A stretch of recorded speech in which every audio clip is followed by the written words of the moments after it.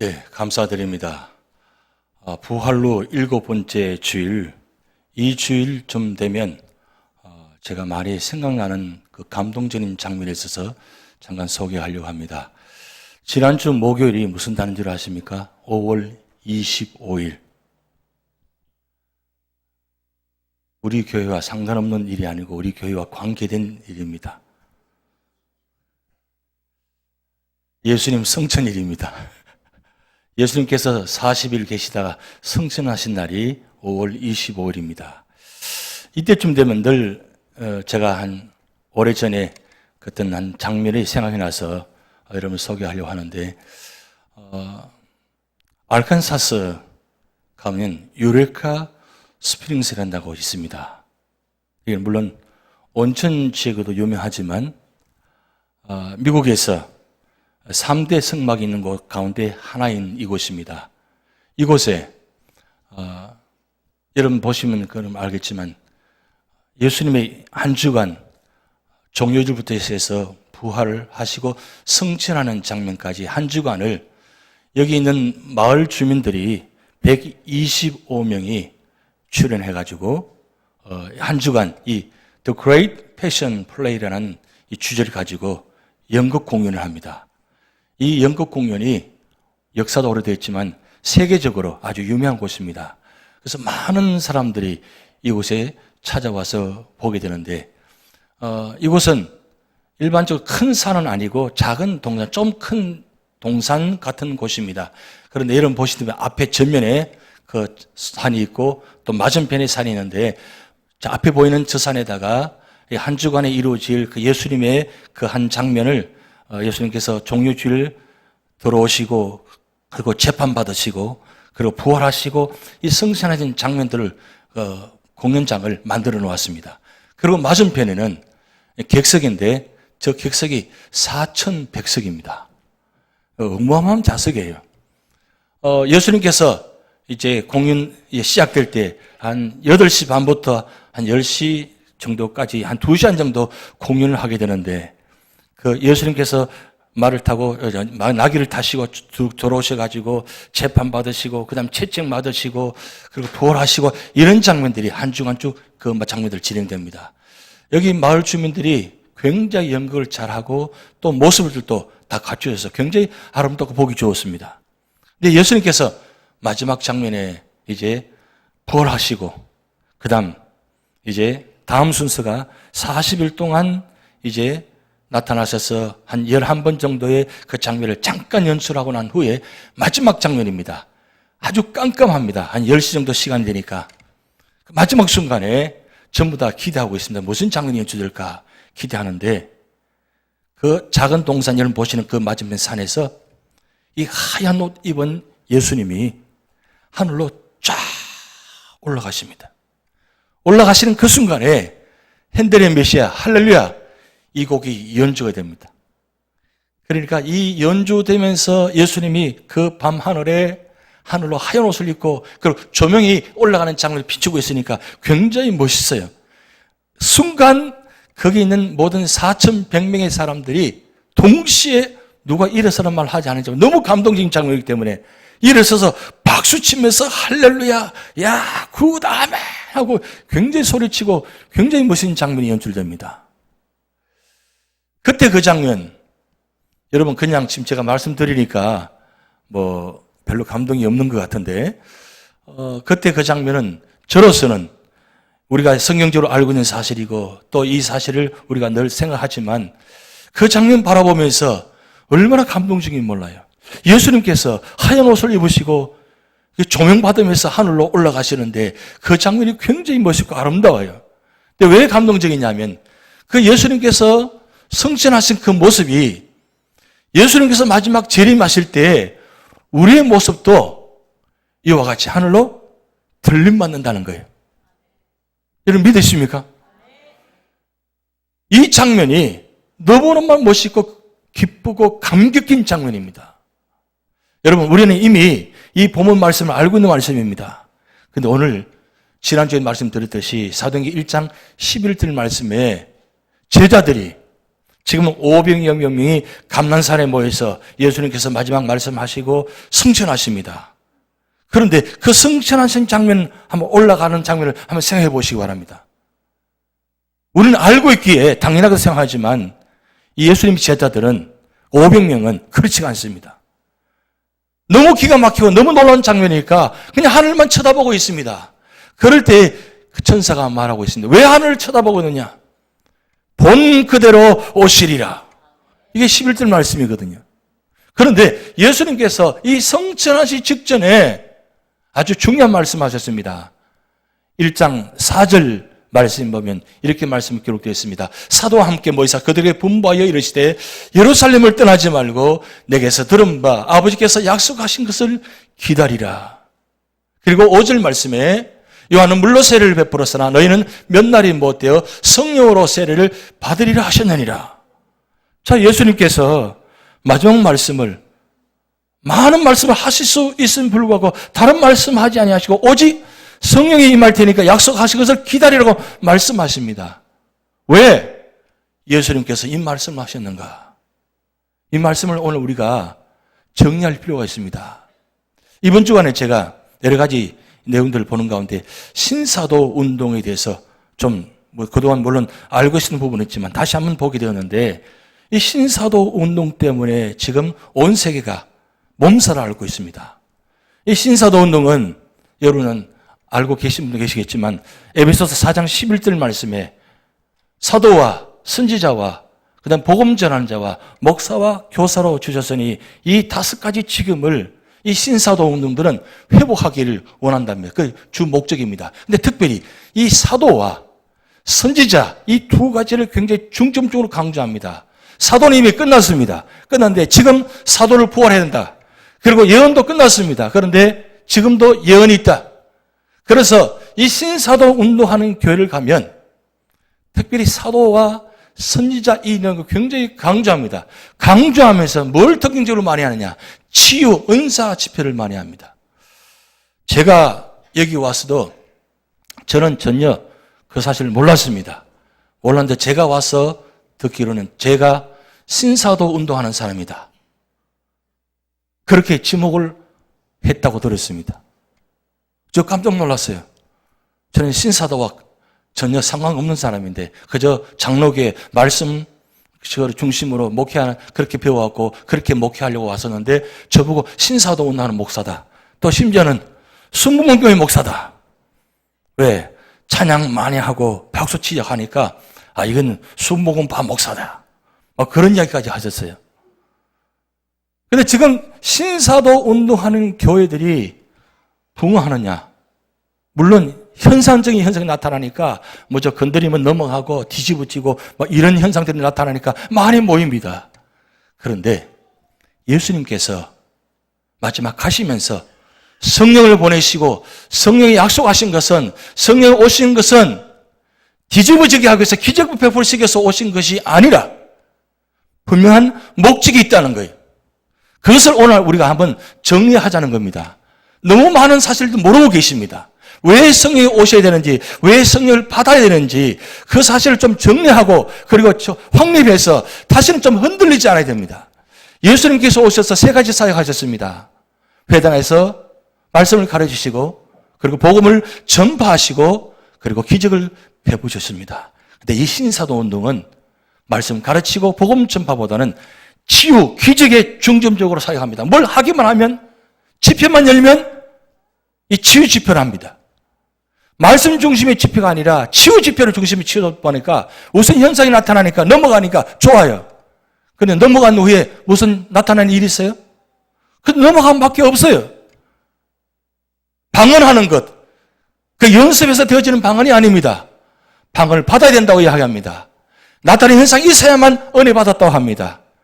그것이 아니란 사실입니다.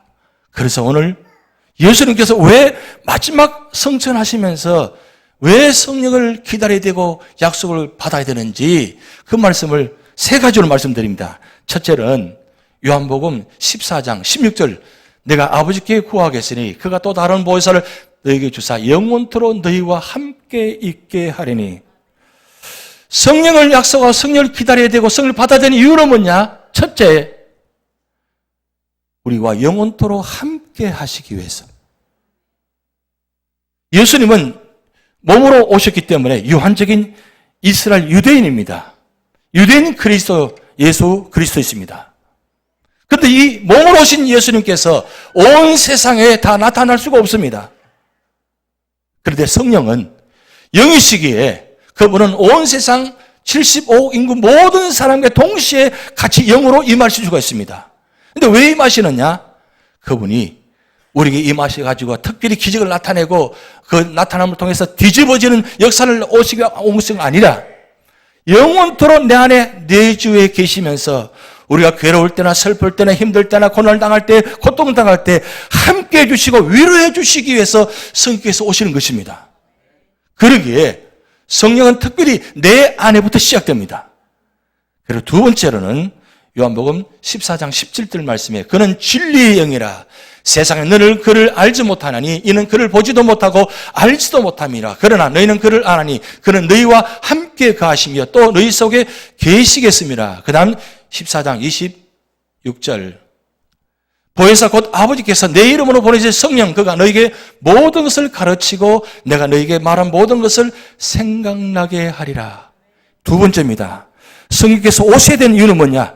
하나님께서 하신 일들을, 예수님께서 하신 일들을 여기 말씀께서 가르치시고, 왜요? 말씀을 들어 깨닫지 못합니다. 생각지도 못합니다. 그런데 가르쳐 주시고 생각나게 하셔서 우리가 어떻게 살아야 되는지, 왜 하나님께서 이 땅을 창조하셨는지, 왜 예수님께서 이 땅에 오셔야 되는지, 왜 오셔서 우리의 십자가에 죽으셔야 되는지, 왜 부활하셨는지, 왜 성천하셔야 되는지, 왜 다시 오셔야 되는지를 정확하게 가르치시고 깨닫게 하시는 겁니다. 그게 바로 진리의 영입니다. 치우치지 않습니다. 온전합니다. 그래서 성령이 역사하면 깨닫지 못하는 말씀들을 깨닫게 됩니다. 알지 못하는 말씀들을 깨닫게 되어집니다. 그 말씀을 통해서 듣고 이해가 되어집니다. 전혀 이해하지 못합니다. 여러분 창세기 1장 1절 말씀에 태초에 하나님이 천지를 창조하시니라. 이 말씀 우리가 우리 지식으로 이해할 수 있습니까? 과학적으로 증명할 수 있습니까? 할 수 없습니다. 그런데 내가 과학적으로 지식적으로 알지 못해도 아멘 합니다. 누가 하시는 겁니까? 성령님께서 역사하시니까 믿지 못하고 깨닫지 못한 부분들을 알게 하고 깨닫게 해주시니까 아멘이 되어지는 겁니다. 성경에 나타나는 모든 말씀들은 인간의 지식의 말씀이 아닙니다. 하나님께서 만드신 역사의 말씀입니다. 그 말씀을 우리가 인간 좁은 생각으로 어떻게 이해할 수 있겠습니까? 그런데 성령께서 임하시면 그것을 가르쳐 주시고 깨닫게 하신다는 거예요. 이 두 번째 말씀입니다. 세 번째, 사도행전 1장 8절 말씀. 오직 성령이 너희에게 임하시면 너희가 권능을 받고 예루살렘과 온 유대와 사마리아와 땅까지 이르러 내 기적이 나타나리라. 뒤집어지리라. 아닙니다. 증인이 되리라 하시니라. 무슨 뜻입니까? 성령이 임하시지 않으면 이 모든 사실을 내 입으로 말할 수가 없다는 겁니다. 그런 능력이 우리에게는 없습니다. 그런데 성령이 임하면 무슨 권능이냐? 기적이 나타나는 능력이 아니라 말할 수 있는 정인의 능력이 나타난 뜻입니다. 여러분 5가지 우리는 일반적으로 예수님 사역을 기억하고 있습니다. 예수님의 성육식 사건, 그리고 예수님의 십자가 죽으심, 그리고 예수님의 부활하심, 그리고 예수님의 승천하신 사실, 그리고 요한계시록에 나타난 예수님께서 다시 오신다는 이 재림의 사건, 이 5가지를 예수님의 사역이라고 합니다. 이 5가지를 내 입으로 전하게 하신다는 겁니다. 그런데 여러분, 너무 간단한 사실이에요. 우리가 예수 믿은 지 30년, 40년, 50년 되었습니다. 그럼 실제 여러분 살아가시면서 이 사실들을 선포하고 있습니까? 정의는 어떻게 이야기합니까? 정의는 무엇입니까? 본 그대로 이야기하는 것이 정의입니다. 그런데 신앙생활을 그렇게 오래 했음에 불구하고 아직도 내가 본 것이 없단 말이에요. 체험한 것이 없어요. 그러니까 본 것이 없으니까 이야기할 수 없습니다.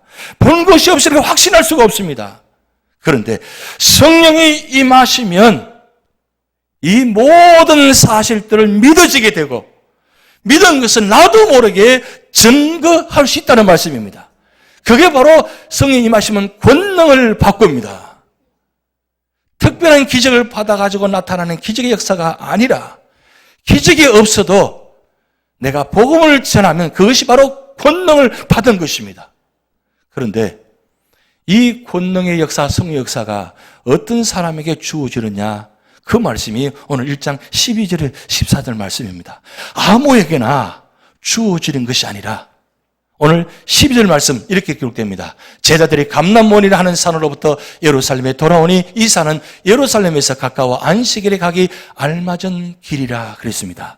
예수님께서 감람산에서 성전하셨다는 그 말씀입니다. 그런데 이 예루살렘과 거리가 가까운 거리라. 그런데 지금도 마찬가지지만 그때 그 당시에 이 예루살렘 성의 안식일을 지킨 사람은 5리 이상을 걸어가려면 율법적으로 입어야 됩니다. 항상 5리 안에 가까이 거해야 됩니다. 그래서 언제든지 안식일에 갈 수 있도록. 그래서 이 6월절, 오순절, 초막절이 되면 모든 사람들이 예루살렘 성을 집결합니다. 그런데 예루살렘 성 안에 그 많은 사람들이 집결할 수가 없습니다. 그래서 아주 가까운 곳에 머뭅니다. 그리고 안식일이 되면 이 가까운 거리에서 다 예루살렘 성으로 들어와서 예배를 드립니다. 지금 이 말씀은 제자들이 예수님께서 말씀하신 예루살렘 성을 떠나지 말라, 예루살렘을 떠나지 말라 그 말씀을 지금 말씀대로 순종하고 있다는 뜻입니다. 그런데 여기 모인 제자들 보면 13절에 같이 한번 읽어보시겠습니다. 들어가 그들이 요한은 다락방으로 올라가니 베드로, 요한, 야고보, 안드레와 빌리, 도마와 바돌로메, 마테와 및 알페의 아들 야고보, 셀로신 시몬, 야고보의 아들 유다가 다 거기 있어. 그리고 14절 말씀 보면 여자들과 예수의 어머니 마리아와 그 다음 예수의 아우들과, 자 여기 보면 예수의 아우들이 등장합니다. 예수님께서 공생 기간에 사역할 동안은 이 예수님의 아우들은 등장하지 않았습니다. 예수님의 모든 사역들은 믿지 않았습니다. 그런데 예수님께서 부활하시고 그 나타나는 장면 속에서 이 예수님의 아우들이 회심합니다. 믿고 주님께로 돌아옵니다. 돌아와서 이 성전하는 장면에서 같이 참여합니다. 그리고 그들이 함께 모여 있습니다. 지금 감람산에서 예수님이 성전장을 보고 난 후에 이 안식을 지키기 위해서 돌아와 있습니다. 이 마가다락방입니다. 여기에 120명이 모여 있습니다. 그런데 오늘 말씀 보면 제자들 이름 하나하나 이름을 다 기록해 놓았습니다. 그냥 11명의 제자가 다 있었더라 라고 기록할 수 있는데 왜 이름을 구체적으로 기록해 놓았을까요? 이게 바로 성령을 받았는데 그 조건이 여기 한 조건입니다. 모든 사람이 연합해서 기도해야 된다. 그 뜻입니다. 모든 사람이 기도의 자리는 모든 사람이 함께 해야 된다는 뜻입니다. 누구만 기도하는 것이 아니라 모든 사람이 함께 기도한다는 뜻은 그것은 마음을 합한다는 뜻입니다. 그래서 오늘 말씀 보면 더불어 마음을 같이 하여라고 기록되어 있습니다. 이게 바로 두 번째 말씀입니다. 연합하는데 다 같이 있는데 그 마음이 어떤 마음이느냐? 한 마음이랍니다. 이 더불어라는 단어는 세 가지 의미가 있습니다. 한 마음, 한 목적, 한 충동, 이런 의미가 있습니다. 그러니까 왜 모이느냐? 모여서 뭘 지금 보고 있느냐? 뭘 기다리고 있느냐? 예수님께서 하신 모든 약속의 말씀을 지금 순종하고 기다리는데 그들을 모인 120명이 한 마음이 되었다. 한 목적이 되었다. 한 뜻이 되었다는 뜻입니다. 모이면 세상적인 이야기로 끝나버리고 모이면 정치적인 이야기로 끝나버리고 그래서 흩어지는 모습이 아니고 이들은 뭡니까? 철저하게 마음이 하나 되어 있습니다. 오직 약속하신 것을 모습만 바라보고 있습니다. 그런데 여기 보면 오로지 기도에 힘쓰더라 그랬어요. 이 오로지와 힘쓰는 같은 단어의 의미입니다. 전적으로 집중해서 절대적으로 기도했다. 며칠 동안요? 10일 동안. 그런데 우리는 10일이라는 단어를 알고 있습니다. 그런데 예수님께서 내가 40일 만에 성천하고 10일 후에 오순절날 성령이 임할 것이다. 이렇게 말씀하지 않았습니다. 몇 달이 못 되어 나타날 것이다. 물론 세례를 받을 것이다. 성령으로 세례를 받을 것이다. 이 말씀하셨습니다.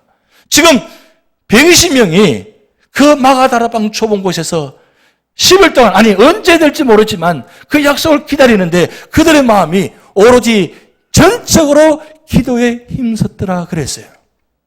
이게 오늘 교회 모습이 되어야 됩니다. 교회 모임은 세상적인 이야기로 시작해서 세상적인 이야기로 끝나는 것이 아니라 오직 하나님 말씀으로 시작해서 하나님 말씀으로 끝나야 됩니다. 그래서 제가 구역장님들 말씀드렸습니다. 모여서 예배드리고 간단히 예배드리고 그다음 한 2시간 동안 모여가지고 정치 이야기하고 세상 이야기하다가 끝나서 마음 상해서 돌아가는 그런 몸 갖지 말고 끝날 때는 어떻든 찬송하고 기도하고 끝나고 마치시라고. 그래야 그 모임이 예배 모임이고 은혜의 모임입니다. 교회 모임입니다. 여러분 우리 교회는 그런 일이 없겠지만 저 다른 데 가면 1차, 2차, 3차가 있다고 합니다.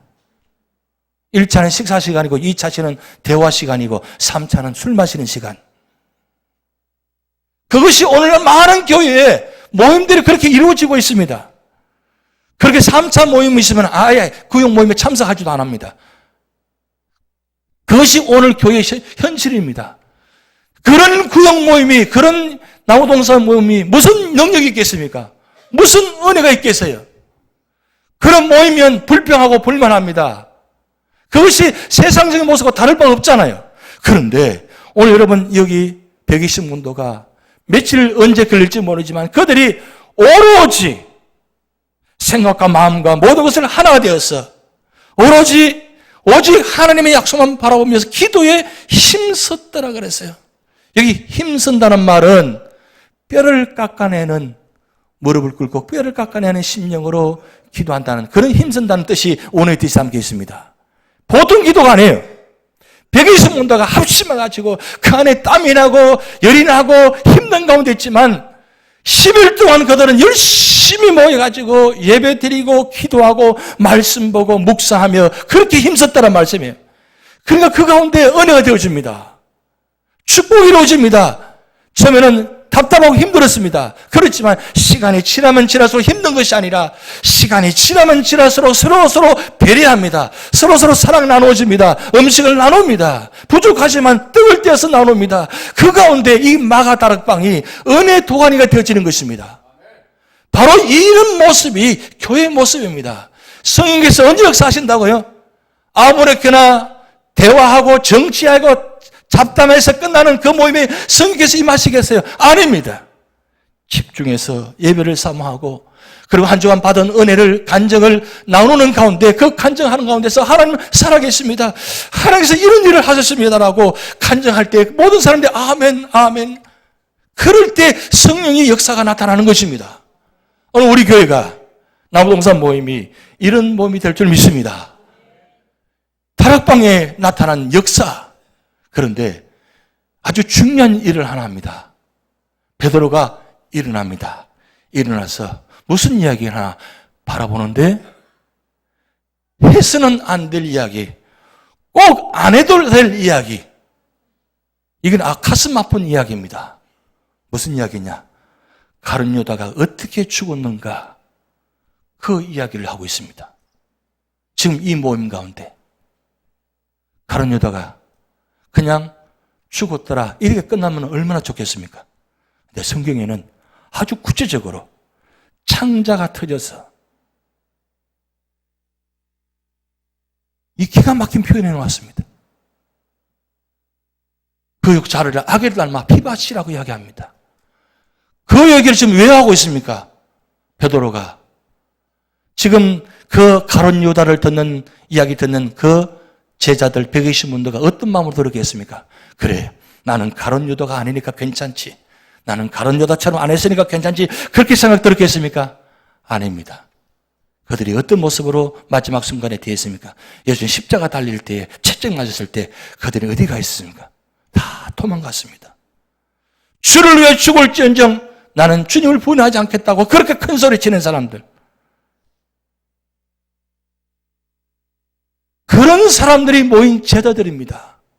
지금 가룟 유다 이야기를 왜 하는 겁니까? 다시는 이와 같은 일들이 없어야 된다는 이야기입니다.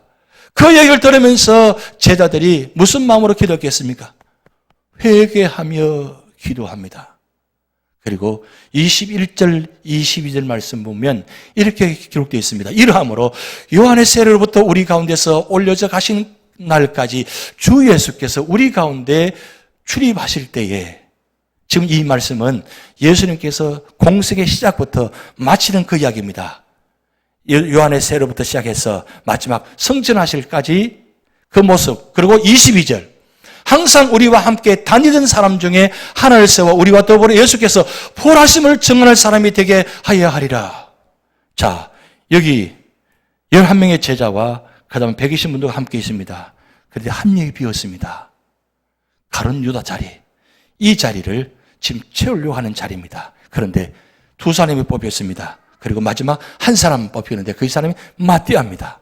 그런데 오늘 21절 말씀 보면 이 마띠아가 처음부터 성경에 등장하지 않습니다. 요때밖에 없습니다. 요때밖에 이름이 없어요. 그런데 마띠아가 뽑혔다는 이유가 무엇입니까? 예수님께서 요한으로부터 물로 세례받는 그 순간부터 이 마띠아가 함께 있었던 뜻이에요. 그리고 이 부활의 정인의 자리에 함께 있었던 뜻입니다.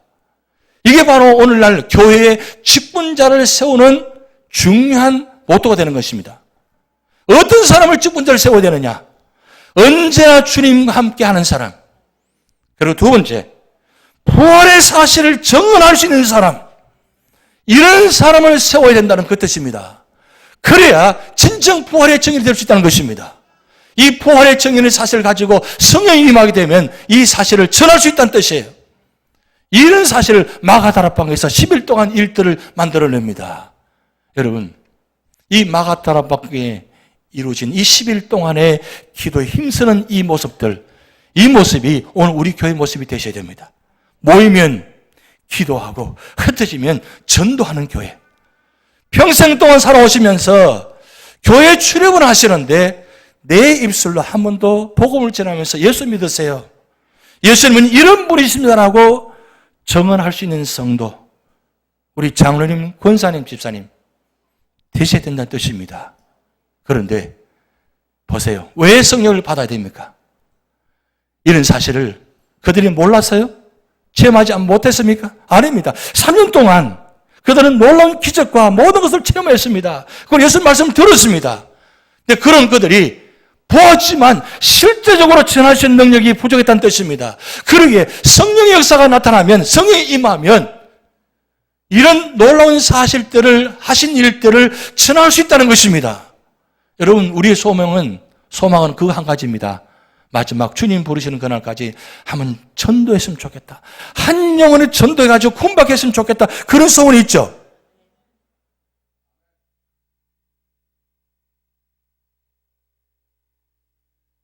꿈에도 소망이, 구원의 소원이 한 영혼 전도해가지고 구원받게 하고 싶다. 그런 소원이 있습니까? 아멘 하셔야 됩니다. 우리 주님 앞에 섰을 때 우리가 무슨 말씀 드릴 수 있겠습니까? 주님, 한 영혼 구원했습니다. 여러분, 히스기야가 하나님의 심판받을 때 그가 뭐라고 했습니까?